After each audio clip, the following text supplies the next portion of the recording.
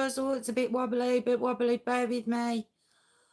Just changing this to make it a bit brighter.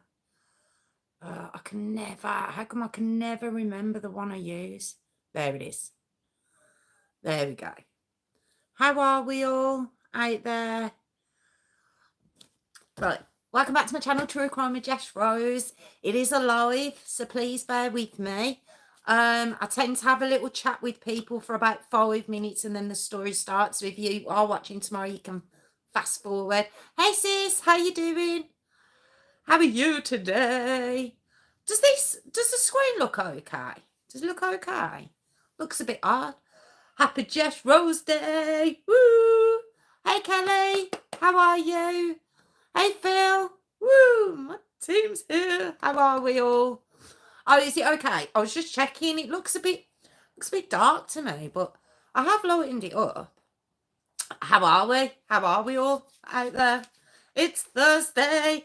It's Jess Rose Day. And I've had a couple of people say they don't know this story, so I'm like, ooh, I could have possibly got you with a story you don't know. It has been done though. It has been done, but not for a while that I've noticed. This screen looks really dull. Is it me? I've got the lights on. Yeah, it's the normal light. I don't know what it is. Might be my eyes. Might be my eyes. Getting old, people. I'm getting old. Yeah. So, like I say, it has been done. Emma Kenny's done it. I have seen. Hi, Ariane. How you doing?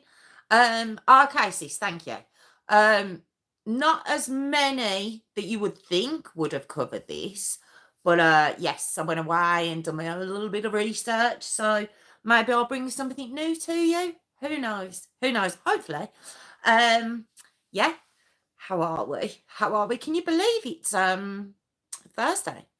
This week's flying. Hi Ariane, how are you?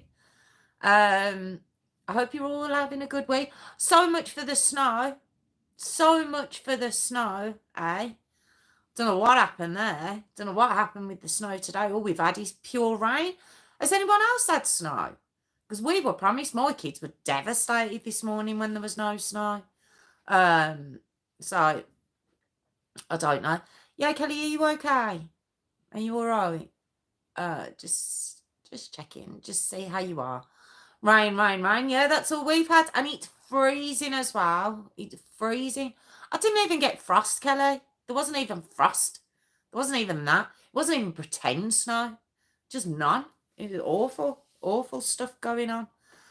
Yeah, just so cold. Really cold. But yeah, it should be quiet this evening because they've gone on out and I've told them not to appear back for at least an hour, at least. So we should be good. No interruptions tonight. That's, she says. Anyway, I might start. I might give it a go. Have I took my earpiece out? I have. Right then. Has anyone heard of this one? Have you heard of this one? Do you know this one? It's horrific. I wouldn't want to bring you anything different. I only want to bring you yeah. I like to try and find ones that aren't as common, just to keep the happy Natalie. Hi Natalie. Yeah, I'm doing this again. It's just, I have the house so warm because it's so cold outside, and then when I go to do this, I'm there like, oh. But right, okay. Let's go. Let's start. Okay, it's the Unnerving Coleen Ritzer story. You'll realise why I'm saying it's unnerving. Okay. Yes, she has. Look at you, sis. Already jumped on in there. Look at you. So yes, as Tiffany says, it's a lady by the name of Coleen Ritzer, who was born on the 13th of May 1989. Now, I've practiced this, and as we know, when I practice them, it all goes wrong. So, okay. She was born in Lawrence, Massachusetts. I did it. Massachusetts. I did it. Do you know, I practiced that all day. It's obviously a US story. So, yeah, check you out, sis. Okay. So, Coleen, her parents are Peggy and Thomas Ritzer.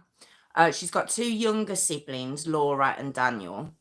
And all I've seen about this girl is just that she's a real lovely, lovely girl.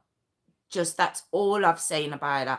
Everywhere I've looked, it just says she's a really kind, genuine, popular, just a really, really nice girl. She's a very pretty girl. And that's all you see across the board. Everywhere I've looked, she was just an amazing person.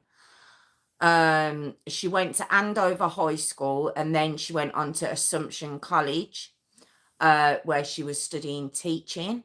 It's what she always wanted to do. It said she loved Halloween, and you do see there are some pictures of her online all dressed up for Halloween. So it seems to be that was her favourite holiday.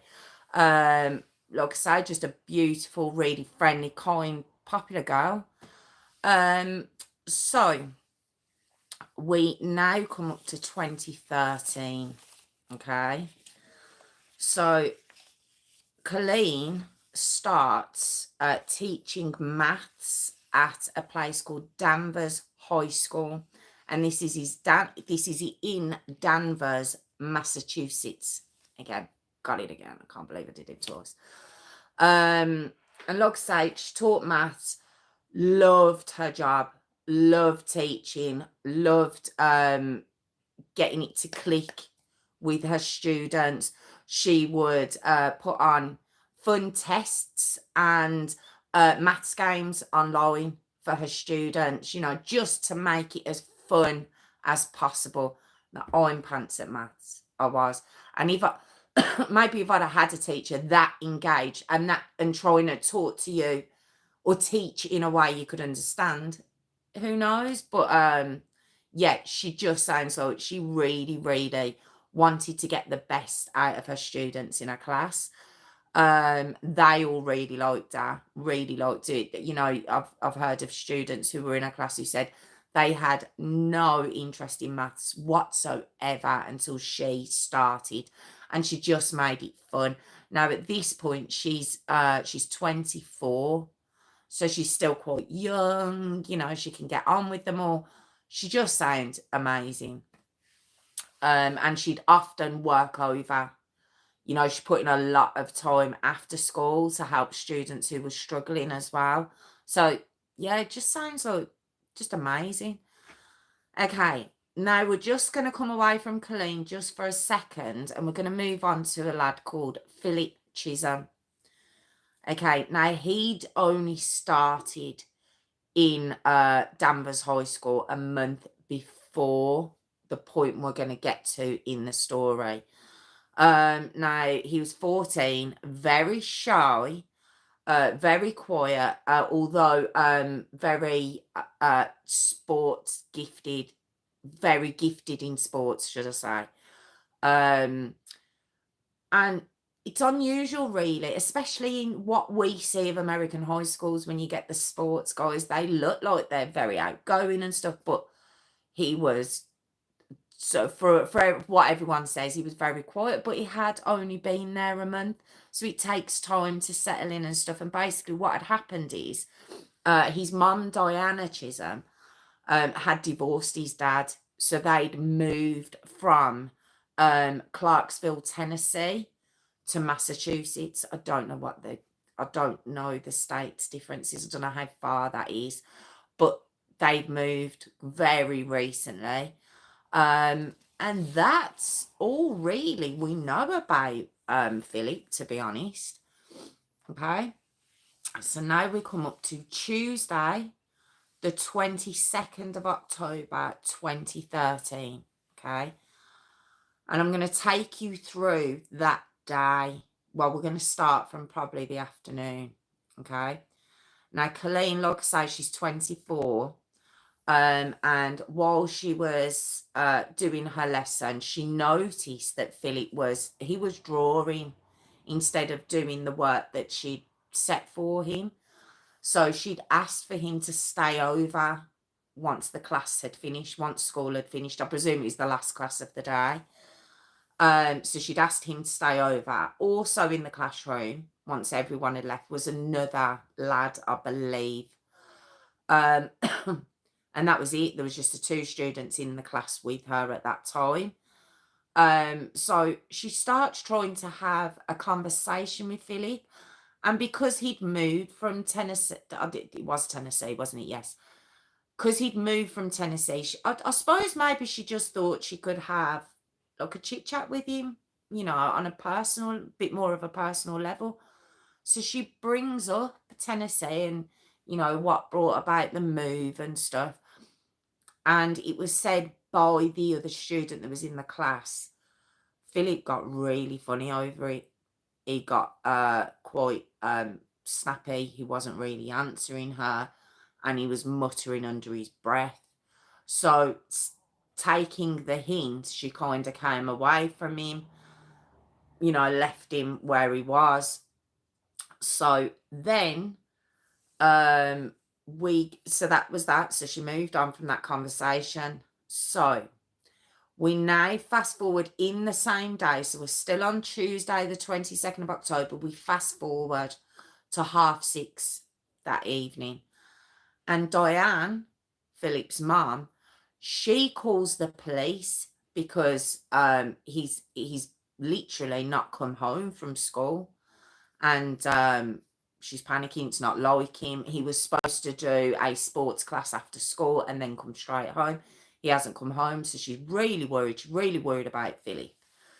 Okay, so at 9 p.m, the head teacher at the school, who's been contacted by the police, and they're trying to find this lad. He's only 14 years of age. I have said that, haven't I? He's 14. So the head teacher sends out like a mass email to all the staff, basically saying, has anyone seen him? Does anyone know if anything's happened today? At the same time, one of the maths, in senior school, you haven't missed much, Hayley. That in the senior school, you get more than one maths teacher. Well, there was another maths teacher there that said that Coleen hadn't come home either, and her parents had been in contact with this teacher. So I presume that maybe they were friends out of school too. And so this maths teacher got in touch with the head teacher and said, listen, Coleen hasn't gone home either. A little bit coincidental, everyone thought. And yeah, it was just a bit of a concern why 2 people from the same school, from the same class, one being a teacher, one being a student, haven't returned home. So Thomas, which is obviously Colleen's dad, he'd gone out to look for Coleen before they contacted the police. No, sorry, they haven't got. Ignore me, I'm fast tracking.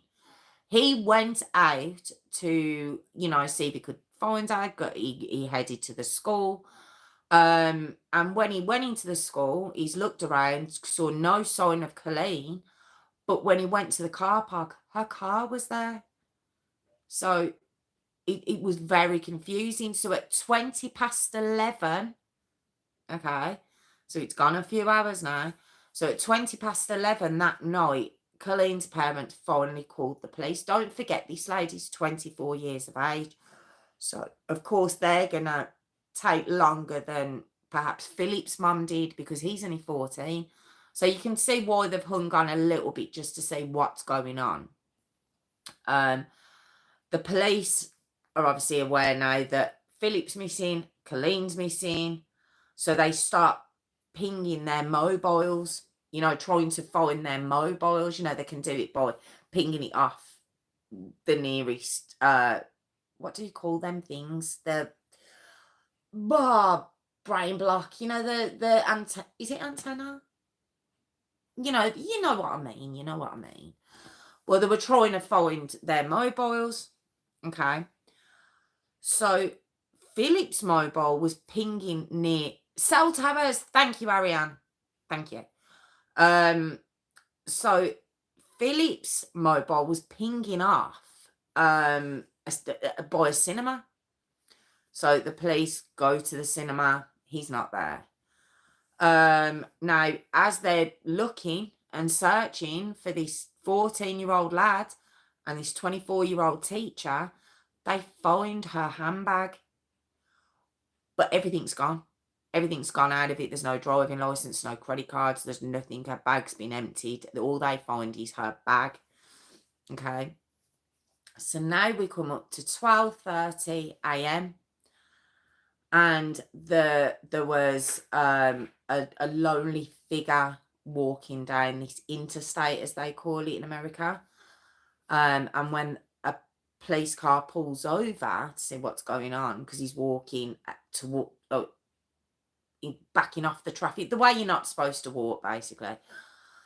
They realise it's Philip, because obviously there's a massive local search for this lad. And he's patted down when he's found, and what they find in his pocket is a bloody box cutter, as Americans call it. We call it Stanley blade, that's got blood on it.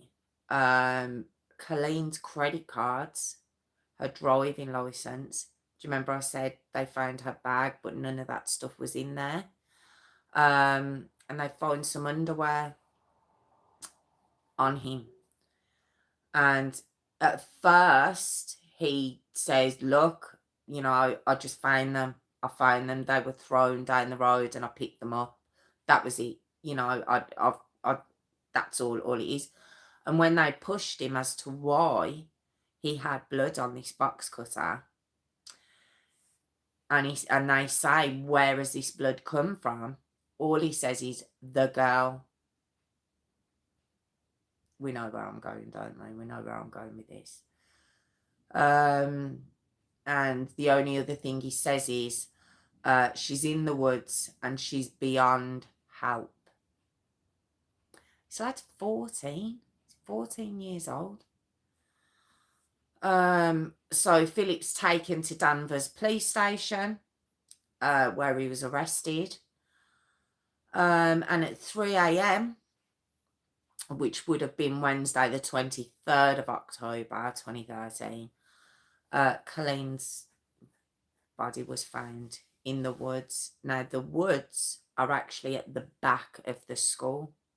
If you look online and you see the layout of the school, you can see that the woods are just behind the school. And that's where she's found. Okay.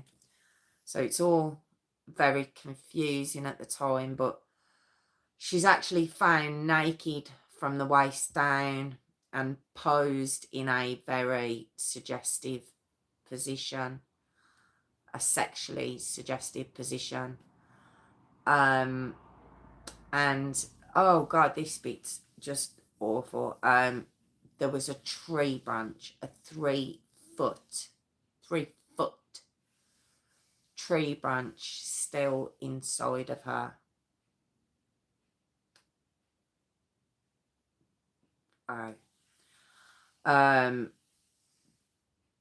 Maybe I should have given that trigger warning beforehand. I just went straight into it, didn't I?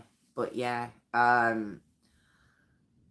nearby is bloody clothing. There's a wheelie bin in the area, and also they find a note saying, I hate you all. That's beside Coleen. Okay. So the police now, they go back to the school, and the school's actually got over 100 cameras. They've got cameras everywhere, CCTV footage everywhere. So they start going through the CCTV footage, you know, to see if they can see what's going on. They've already spoken to the maths friend that she had, the maths teacher, who'd said that at one point she'd walked into the classroom and she'd seen Philip there and this other lad. And apparently Coleen had turned around and says to this friend, I don't know why he's here. So a little bit later on, she goes out into the hall and they have a conversation, her and this maths teacher. Anyway, they go to the CCTV footage, and about 3 p.m, you see Coleen. Now, all of this is online. If you do want to go and have a look, it's devastating when you know what's happened. But you can see Coleen come out of a classroom, and you know what the hallways in America are like, they're huge. So you see her come out, and we're told that's her classroom. You see her come out and walk along the corridor. You had already seen a clip of her talking to that with a maths teacher. She goes back in, she comes out, and this is about 3 o'clock now. She walks out, and there's cameras right up to the bathroom, their toilets. Not inside of there, but just as people would be walking in. So you see her walking. But then you see Philip come out of the classroom. You see him come out, and you see him look up and down the classroom. Then you see him turn around, and you see him walk back in. Then he comes back out of the classroom, and at this point, he pulls his hood up. You see him walk down the corridor, and just where their toilets are, and the camera the footage kind of stops there. There's obviously no cameras in the toilet. You see him stand there, very calm as well, very, very matter of fact. You see him putting gloves on. Okay. Now, when he went into the bathroom, he walks in. He approaches her from behind, it's said. He strangles her. And then with the box cutter, the Stanley blade, he proceeds to stab her 16 times in the neck. Not everywhere, just in the neck.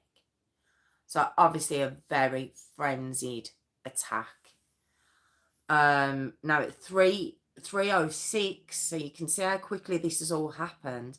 At 3:06, you see a girl go to walk into the bathroom. And then you see her very quickly turn around and walk back out. Now, you don't know why at the time, but when she spoke to the police, she said what had happened was she walked into the bathroom, okay, but she saw someone kind of bent over with their bum exposed and clothes beside them. So she just, in that split second, automatically thought that this is a person who's getting changed. And she didn't really want to invade their privacy, I suppose. And she just turned around and walked back out. At that moment in that bathroom, what was actually happening was, obviously, he'd already strangled and stabbed Coleen in the neck. He was now raping her. And that's what I believe possibly she's walked in and caught. I mean, so at 3:07, so a minute later, so whether, I'm presuming he got disturbed by the girl, I'm presuming, because it was very quick after that. It's 3:06, it's a minute later. You see him walk out. You see him walk along the corridor, good up still, and then you see him start to run. And he goes, and he actually goes around the back of the school. He goes down these back stairs, it looks like. And he grabs a wheelie bin. All right. At 3:14, he comes back into the school with the wheelie bin, back up to the bathroom, and it's just, you know, when when you're watching it and you're just like, why is no one? Look, there's people around. This is the afternoon. Look, school's only just kicked out. So you can see there's people around and stuff. But he actually bumps into one of his friends. He's supposed to have gone to football practice. I think it's football practice. And one of his friends stopped him. Now, at this point, he put a balaclava on. You see him take it off, talk to his friend, and then put the balaclava back on and carry on walking with this wheelie bin. Okay, so he brings the wheelie bin into the bathroom. You then see him walking back out of the bathroom with the wheelie bin. And that's when he takes her to the woods. And there he obviously throws it down. It says there's different accounts that I've seen. Some saying he raped her again at the woods. Some saying that he only raped her with the branch. Now, when I heard branch, when researching this story, my stomach dropped anyway. But when I heard the branch, I thought, look at, I don't know, it's 3 foot long tree branch that he violated her with.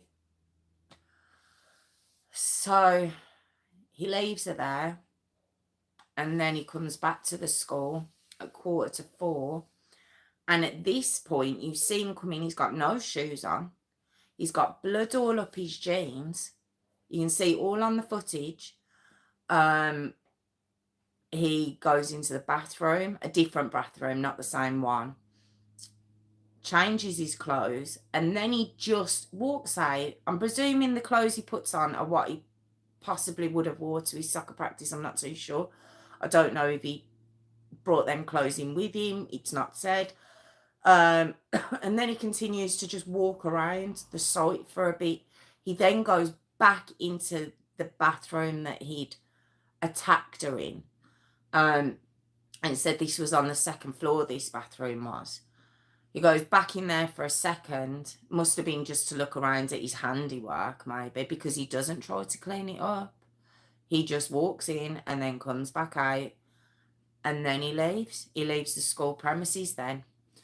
Now, he then, at 4:30, he goes to the cinema. Remember I said his phone pinged off a cinema, but by the time they got there, he'd gone.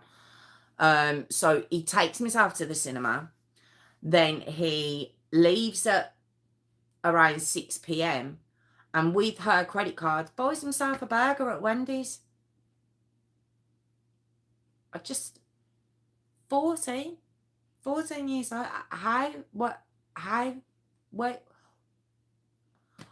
So it said that. Now, I'm going to tell you something that I learned while researching it, but I didn't hear it on too many platforms. So I'm going to say it with a pinch of salt because I don't know how true this was.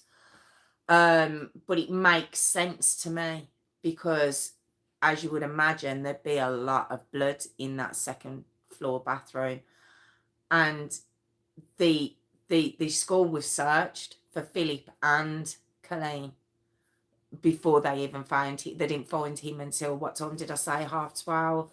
Didn't find her till, no, sorry, was it 9 o'clock?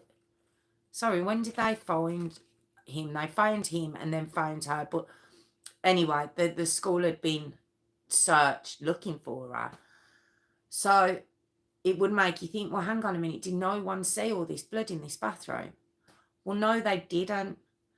Because when the cleaners went into that bathroom and saw the massacre that was left in there, and there was apparently blood everywhere, they got in touch with their supervisor. But because the cleaner couldn't speak English properly, it was lost in translation. So the supervisor, or whoever he was talking to, took it. He was saying it's red, it's red, it's red. And when the supervisor thought it was paint, maybe. He didn't know. I don't believe he went to go and check it out himself. So he just says, just clean it.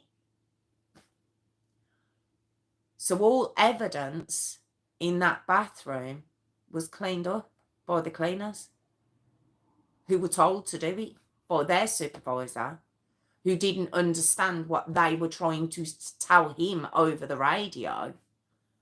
So every bit of evidence of what happened in those few minutes in that bathroom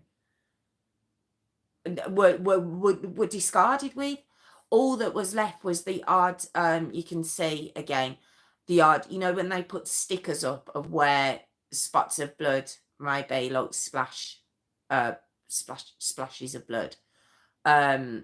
Spray, sorry, the spraying. There was just very small dots that had been missed by the cleaner. But after the cleaner had been interviewed, he said it was all there. It was all there. So it must have looked an absolute, just massacre in there. I mean, it was just all cleaned up. Now, like I say, I've heard it on a couple of sites, but then I didn't see it on others.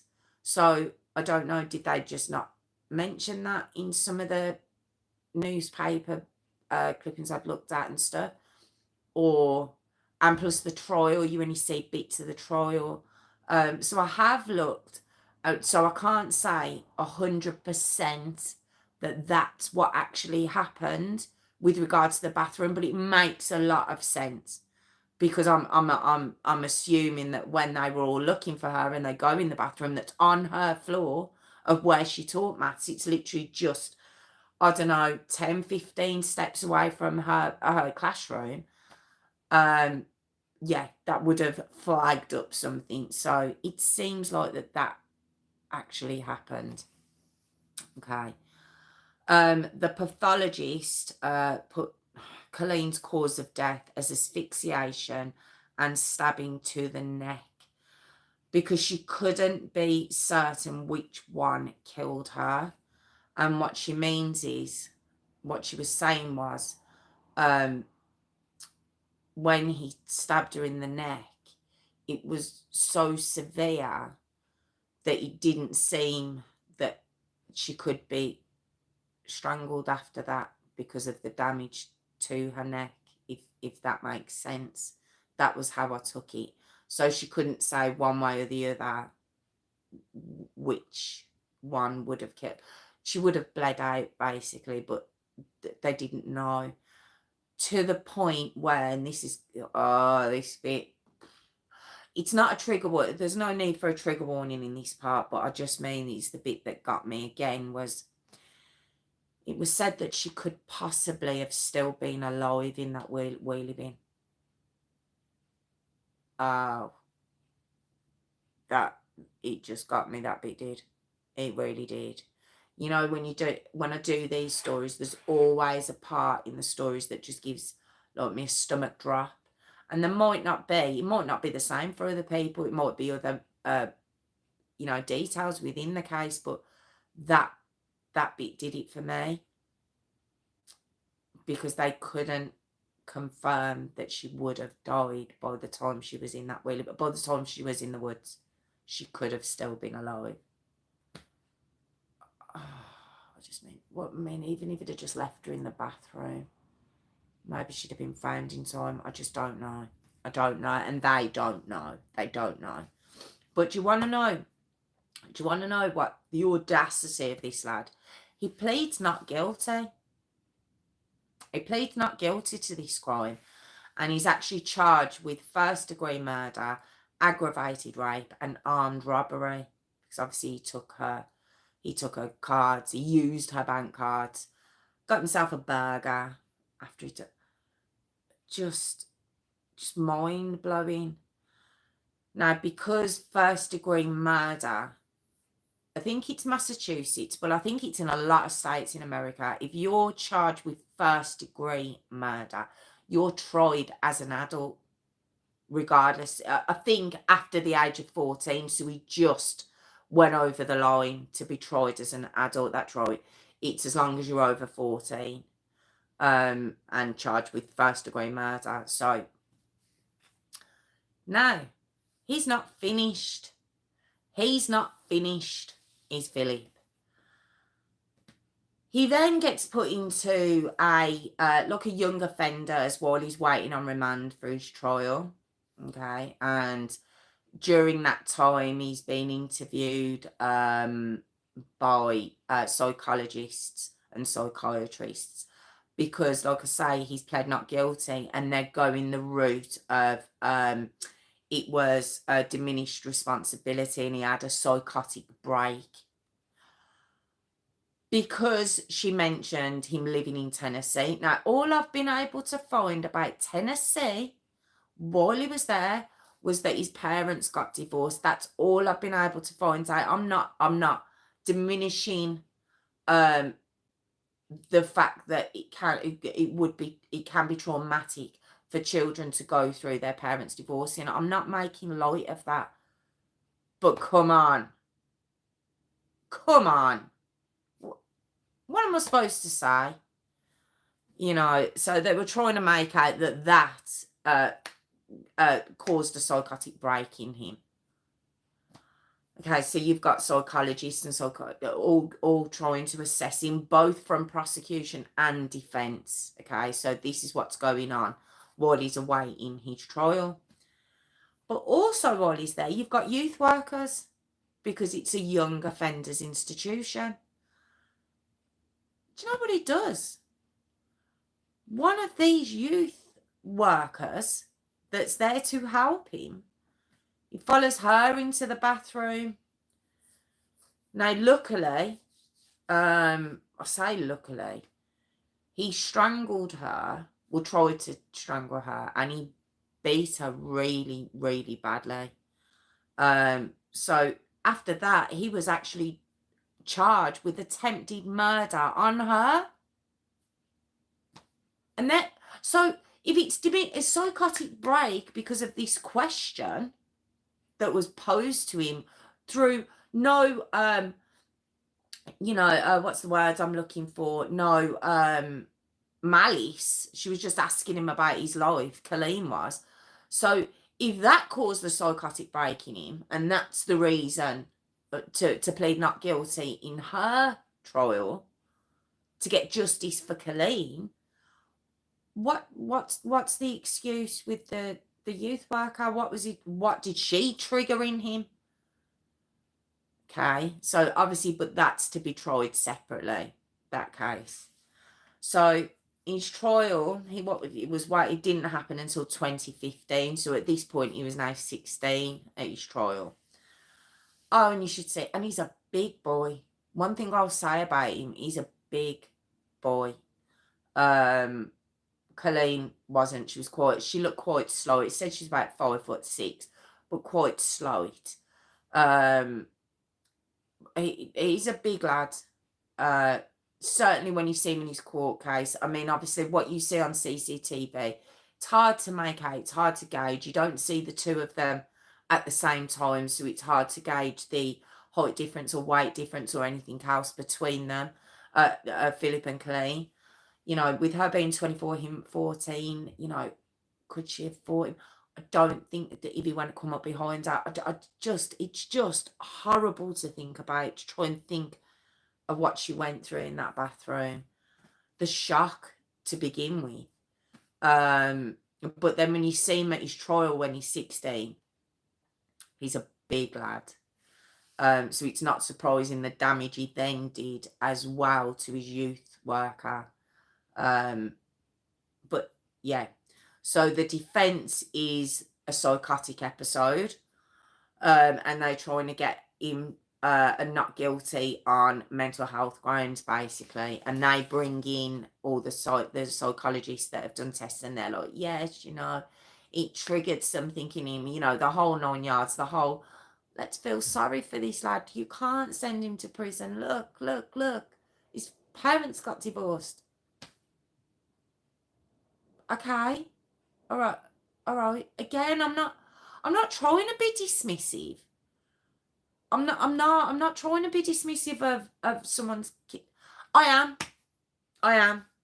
I'm sorry, I've always been honest on my channel. I am dismissing it because there's no excuse for this, none. And I'm sat here trying to go, well, yeah, he's probably no, no. I can't. I'm not even entertaining that. Yes, it possibly can be traumatic for kids when their parents divorce. Okay, I'll give that. And I'm not arguing one way or the other. But no, as an excuse, stop it. Okay, the prosecution though, they brought their experts in that had also interviewed him, and one of them had sat with him for like 13 hours, obviously over a couple of days. And he said that it was like watching someone act how they perceived a mentally ill person would act. So basically saying it was all a blag. He wasn't mentally ill at all. And there was 2 that came forward to say, no, there's nothing wrong with this boy. He might be a bit depressed, but no, he knew exactly what he was doing. He knew right from wrong. And no, the excuse doesn't wash. So they also, they just said it may be an emotional disturbance, but that's about it. Also in the trial, you can see them holding up her clothes, her bloody clothes. Oh, and they're jeans. It's like jeans and just blood all down there. Just horrible, really graphic. Okay, so we come up to the sentence now. Now, what had happened in Massachusetts in 2014, so a year after it happened, but a year before he goes to trial, they changed a law. I think it was statewide because it was by the Supreme Court, but I don't know if all states have implemented this change. But basically, you can't, if a minor, so that's obviously from first degree murder, from 14 to 18, I presume that's where they're going in the age range. You can no longer lock them up with no parole. They can't be given life, basically. So he was very lucky, wasn't he? Because I would think this judge definitely would have given him life without parole. 14 years of age or not. I've seen cases where they've been 13 and 14. They've never got out again. So we know what America's like. They're very strict. They don't mess about in that way. But this law had been passed. So the judge had to give him, it was a life sentence, okay, with parole after 40 years. So he'll still be 50, 54, 55 when he gets out. If he gets out, it just means he can apply for parole. I don't think this lad should ever get out. Rehabilitation, when you've done that at such a young, and you're capable of doing that, and then capable of doing what he did in the woods afterwards. Okay, so even if you want to say he lost his mind in the classroom, let's just say he lost his mind in the classroom and he followed her into the bathroom and did what he did, and it was this psychotic break. What about the wheelie bin, him getting her out of the bathroom? What about him changing his clothes? What about what he did to her in the woods? What about him then going to the cinema? Not heading home. He'd already changed his clothes. He could have gone home. He didn't head home. He went to the cinema. He went to Wendy's fast food. You know, no, it doesn't wash. It doesn't wash with me at all. So, yeah, he's got 40 years before he can apply for parole. Now, when he turns 21, then he'll get transferred to an adult prison, to a men's prison. And all I could say, I haven't heard that he's shown any remorse. And when you look at him in the trial, there's no remorse. I couldn't say any. He seemed kind of looked down, and I was looking to see when the judge handed down his sentence, I was like, are they tears? Because there'd have only been tears for himself anyway, but I was like, are they? But I don't think there was. I think there just wasn't anything. There wasn't much going on at all. So he showed no remorse. Now, I've looked at the other charge that he had for the attempted murder of the youth worker. I haven't found the sentence for that.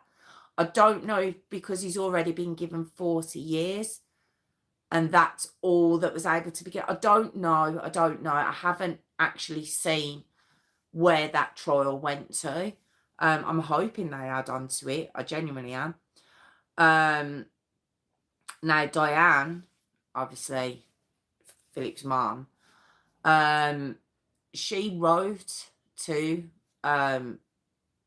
Colleen's family, her parents, you know, and just basically, it wasn't an apology as such, but it showed a level of integrity to, you know, just pass, not condolences as such, that doesn't sound, but just to say, you know, I'm sorry, basically. I'm sorry for what my son did, you know. You know, she sent that, but Colleen's dad, oh, it's just awful to hear him talking, and basically he'd said that what's heartbreaking to him is that when he drove up to the school and seen her car in the car park, so he went into that school to see if he could find her. It said that when he was going in and out, he would have been driving past the woods where she was. These woods are just behind the school, and he would have been passing where she was. And it's just heartbreaking to hear. The mum actually, Colleen's mum actually says that she avoids being around people as much as possible because she feels like she has to put on a front in front of people, you know, smile, hold conversations with people, and she just doesn't want to. She just doesn't want to have any conversation. They're just shells of the people they were. It's just devastated this family. And much like I've said throughout the whole story, as a testament to Coleen, she had over 1,000 people turn up to her funeral, a lot of them being students and her friends. And, you know, her family were just amazed at just how many people she touched in her year. She was 24. So the amount of people she touched in her, you know, a young life. Now, what they did, and I've said it in many stories, across the board, my lives and my pre-recorded videos, I don't know how these parents do it, but Colleen's parents, it's just a testament to them. They started a fund basically. It's for college scholarships, for kids going into college for teaching who want to be teachers. I don't know if it's just maths teachers or it's teaching in general, but since 2014, I believe, they've raised $370,000, and you know, they've sent like 80 kids to school to become teachers, which I think is amazing. They've also got the Kindness for Coleen Foundation. Foundation, that's the word I was looking for earlier, sorry. The Kindness for Coleen Foundation. It honours her life and it asks for random acts of kindness to be done on October the 22nd each year, obviously, which is the date when she passed. But they say to do that every day, just be kind, because that's who she was. She was just a genuinely kind person. And yeah, they're just doing it to honor her name. And I think it's beautiful. I think it's amazing when I hear parents who go on to do these things, because I've said it before. I'd be in a hole. I'd be in a cave. I know I would. And I just think it's amazing when I hear of these parents that do this and can go on to do this. I think it's an amazing way to make sure your child's name is always remembered in the most positive way, and to help other kids as well. I just think it's amazing. But yeah, and like I say, I don't know what sentence he got over the youth worker. It's attempted murder, so there's got to be something. Surely there's got to be something.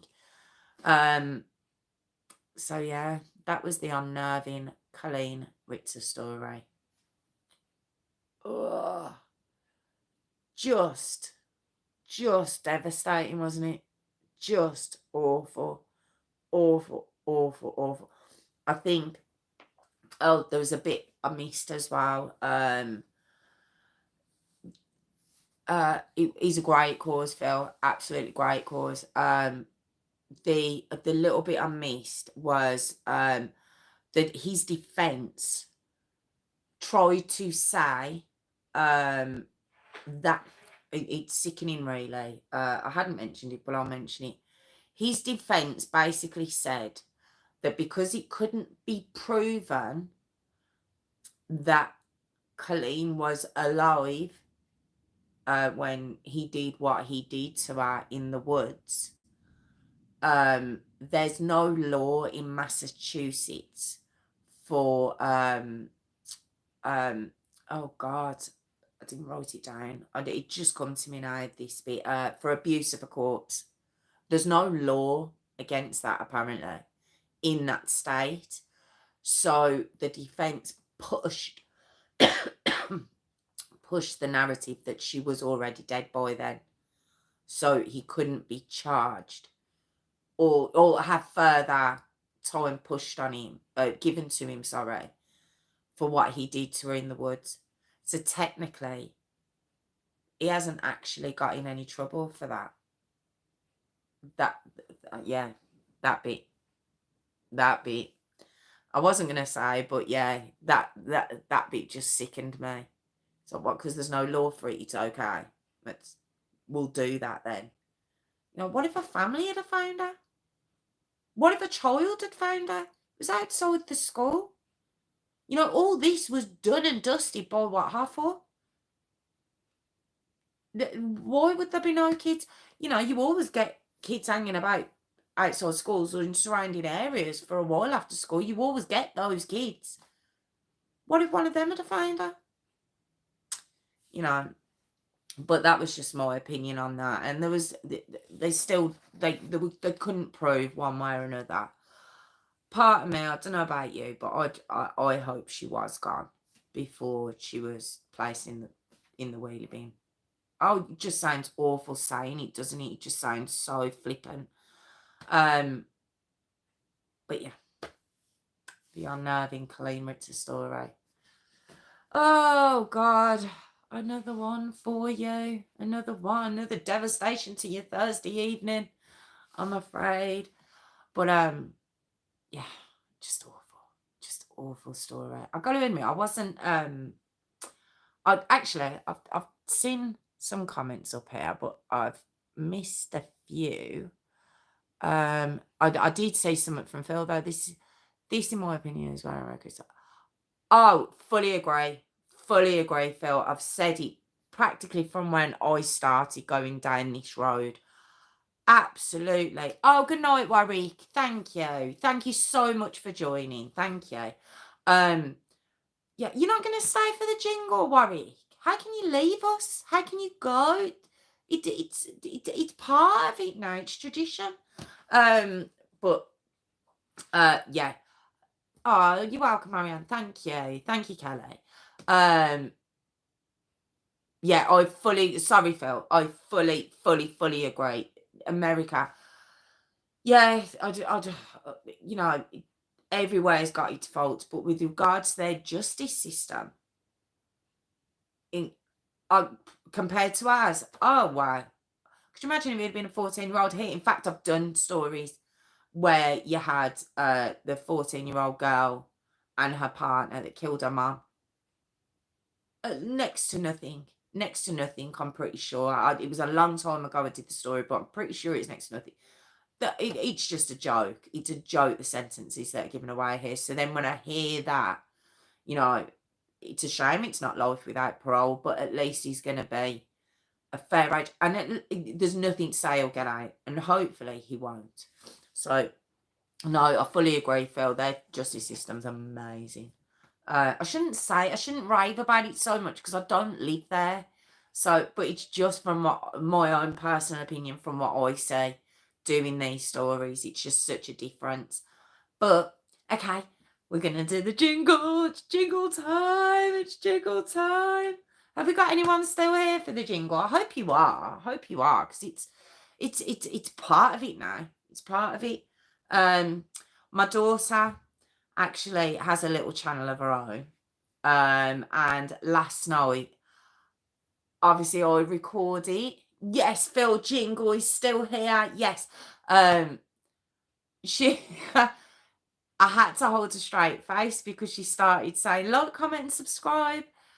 And I just had to hold. I had to so hold my.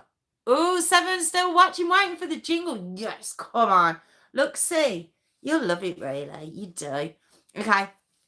So, yeah, she managed to do it without arms and thumbs and everything she did. Let me see if I can do it. Okay.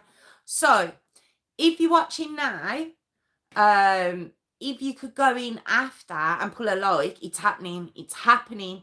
If you could pull a like, I'd really appreciate it. But when you're watching, if you're watching tomorrow, which I hope you are, and you're still watching about now, could you please like, comment, and subscribe, please, guys? Please, guys. Like, comment, subscribe. Yes. Yeah, they do. They give them like 100, 1,000 years. I've seen sometimes, Ariane. It's crazy. Stephanie. Hi. Hello. I haven't met you. Hi, Stephanie. This is my jingle. This is what this is. It's not a song as such. It's just like, comment, subscribe, guys, please. Getting louder. Like, there's the noise. Right, let me come up a bit closer. Like, comment, subscribe, please. Thank you. Appreciate it. Thumbs. See, my daughter didn't put the thumbs up. You have to have the thumbs. Stephanie, you knew, I think, and I'm not crazy, I promise. The point behind this is I feel really awkward asking people to like, comment, and say automatically. That's why it's happening, Stephanie. I feel really awkward asking people to like and comment and subscribe to my channel. So I see kids doing this. Like, comment, and subscribe, guys. And it's become a whole thing. Have you really? Oh, Stephanie, I'm sorry. Hi, yes. The dog's still here. She's off out on she's gallivanting at the minute. So she will be back. She will be back. She has to get herself on camera, so she will be back, I promise. She's getting old now. Mitzi will be 16 very soon. So she's a little old woman. She's got no teeth in her head and she's half deaf. But she's basically, the story behind Mitzi, very quickly, is a friend of mine asked me to look after her once when she was very teeny. She could fit in your hand as a puppy. She's tiny. So she's a teacup terrier, so she's tiny. And I just, that was it. That was it. I just fell in love with her. So we call it co-parenting. So we no, leave Mitzi alone. Leave Mitzi alone, Tiffany. Tiffany. It's not that Tiffany doesn't like Mitzi. Mitzi doesn't like Tiffany. That's what it is. She raises her teeth at her, but she hasn't really got any, so it's just gums. She doesn't stink at all. No, she does not. Now she had her teeth out. She smells like a little angel. But yes, so we co-parent Mitzi. So she goes there for a few weeks and then she comes out. She spends more time here, so I tend to have her for a couple of months and then she'll go off and do her travels and stuff, and then she comes back. She goes to Leeds, she goes down to London, she goes to Manchester. She's very well travelled. She goes to Skegness. I bring her to Tiffany's. Tiffany loves her. So yeah, she does. She's very well travelled, is Mitzi. So you will see her again soon. But thank you all so much again. And I just want to say, Tiffany, thank you so much for, you know, updating everything as we go along. Thank you, everyone. You know, you joined me on Tuesday. You've joined me tonight, and I honestly want to say I really appreciate it. It's always very appreciated, honestly. Otherwise, I'd just be talking to the camera.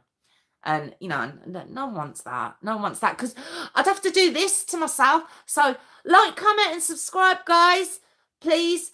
And I hope you all have the best weekend. And I'll see you on Tuesday. Send any comments through if there's a case you want me to look at. I've got a couple that I'm working on at the moment for you. So, I'll see you all on Tuesday for Jess Rose Day. And, like, comment, and subscribe, please, guys. Oh, sound effects. Bye. Thank you.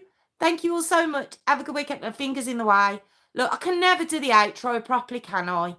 Thank you all so much. Have a lovely evening. Bye, Phil. Oh, you know what? I'm saying that, and I haven't said goodbye. Thank you, Phil. Thank you, Ariane. Hayley and Kelly, Natalie. Natalie. Oh, I'm missing people. I know I am. Obviously, Tiffany. And Stephanie. Yeah, so I think I've done everybody. I think I have. I'd always like to thank you all. So I am going now. So like, comment, and subscribe, guys. Have a good weekend. Bye.